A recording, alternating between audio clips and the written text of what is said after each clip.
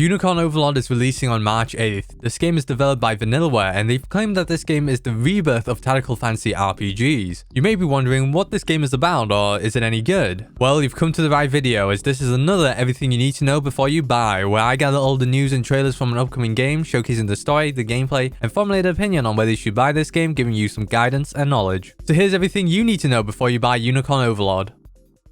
As said in the intro, Unicorn Overlord is developed by Vanillaware, known for their other games such as Odin Sphere, Dragon's Crown, and 13 Sentinels Aegis Rim. They are also known for their distinct 2D art style, and majority of their games uses a 2D side-scrolling perspective. Vanillaware has released beat-em-up action RPGs, real-time strategy RPGs, and even a tactical RPG, so they're no stranger to the genre as they create another new tactical RPG with Unicorn Overlord. According to the president and founder of Vanillaware, George Kamatani, Unicorn Overlord would be their biggest project to date. In fact, concepts of the game started around 2014. So what is Unicorn Overlord about? Well, the story takes place on the continent of Fevrith, home to 5 nations. We play as Elaine, the crown prince of Cornu, who fled his home at a young age, leaving his mother Elenia behind, after it was overthrown by one of Cornu's own general named Valmor. The reason of his rebellion was to revive the Zenorian Empire and rule over the whole continent, which was done successfully. 10 years later, we find Elaine residing on a small island called Palavia. He's been taught how to fight and his strategies from Joseph, one of Cornu's holy knights Elenia ordered to flee alongside Elaine.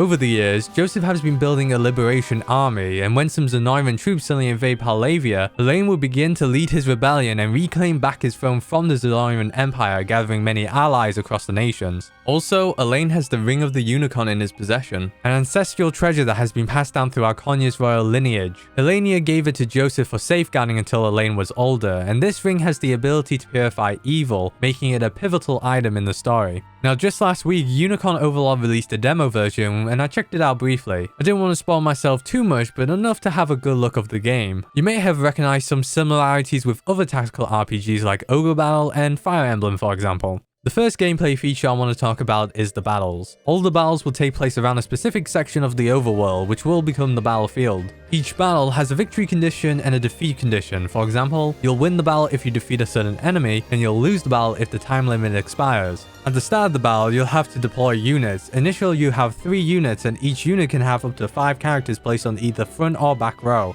But by default, you'll start off with only 2 characters per unit. You can expand and unlock units by upgrading, but I'll mention that later on. Anyways, deploying units require valor points, and these points can be replenished by defeating enemies or liberating any towns and fortresses the enemy was occupying. Additionally, each character has valor skills, which has a cost. For example, one of Elaine's valor skills, Valorous Order, requires 3 valor points, and in effect grants a 20% increase in damage dealt and 20% reduction in damage taken, as well as granting all units near him to strike first in combat. Now, before I mention the combat, let me go into a bit more about the battlefield. So once you've deployed your units, you can select and then move them by pointing in a direction. Time is constant on the battlefield, however you can pause it when ordering units around. When a unit comes close to an enemy unit, you'll see the outcome of the fight before you initiate combat, seeing how much health was lost on each side. Here you can organize the formation of your unit, which can change the outcome, and if there was another unit close by, you can actually swap with that unit to fight instead. When you initiate combat, you'll see your units fight it out. The flow of battle is automatic according to various predetermined roles. The character with the highest initiative will go first, using their active skills, which is usually an attack. Characters also have passive skills, which may trigger on their turn or during someone else's turn depending on the effect. Both active and passive skills require points, AP and PP respectively. By default, each character will have 1 point. However, you can increase it with specific equipment and promoting a character, which I'll also go into later on. Combat ends when everyone's AP is 0, and the winner of the fight is whoever lost the least HP. Also, every combat encounter makes you lose 1 stamina, which is the number next to your unit on the battlefield. If it reaches 0, you have to rest up, but that leaves you open to attacks, and you can retaliate back, so you have to conserve and manage accordingly.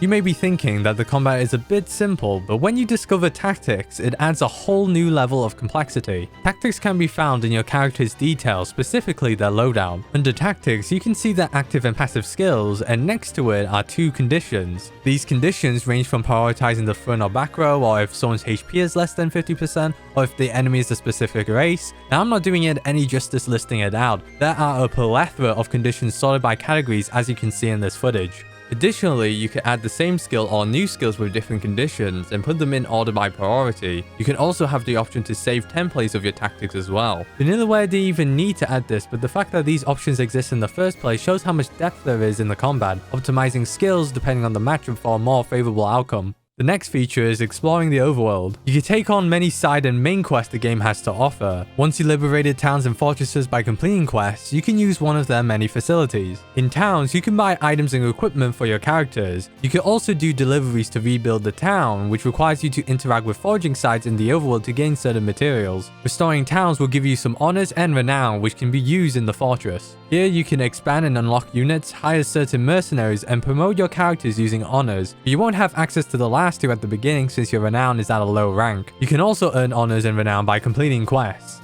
In the overworld, there are also quarries. It's basically a minigame when you mine certain materials and sometimes treasure maps that lead to side quests. In the demo, I only found one quarry, but there could be more in the full game and maybe they'll have a variety of minigames, not just mining. Lastly, you can participate in auxiliary stages found around the overworld, where you can battle multiple times to get items called treaties, earning you experience for your characters. Which brings us to the last feature I want to go through, customizing your characters and rapport. On the official website, they've claimed that there are over 60 unique characters in the game. Each character will have a different class and there'll be some overlap. Going back to hiring mercenaries, you can get generic units that have these classes, but they vary from each fortress. Once you've hired a mercenary, you have the option to change their stat growth type, which will focus on specific stats when leveling up, as well as some cosmetic options. And at some point, you can customize your unique characters. As said before, promoting your character requires honors, and here you can advance the character's class, giving them a boost to their stats, skill points, and access to new skills. As you can see in this example, you could promote Elaine's initial class, Lord, to High Lord, turning him into a cavalry unit.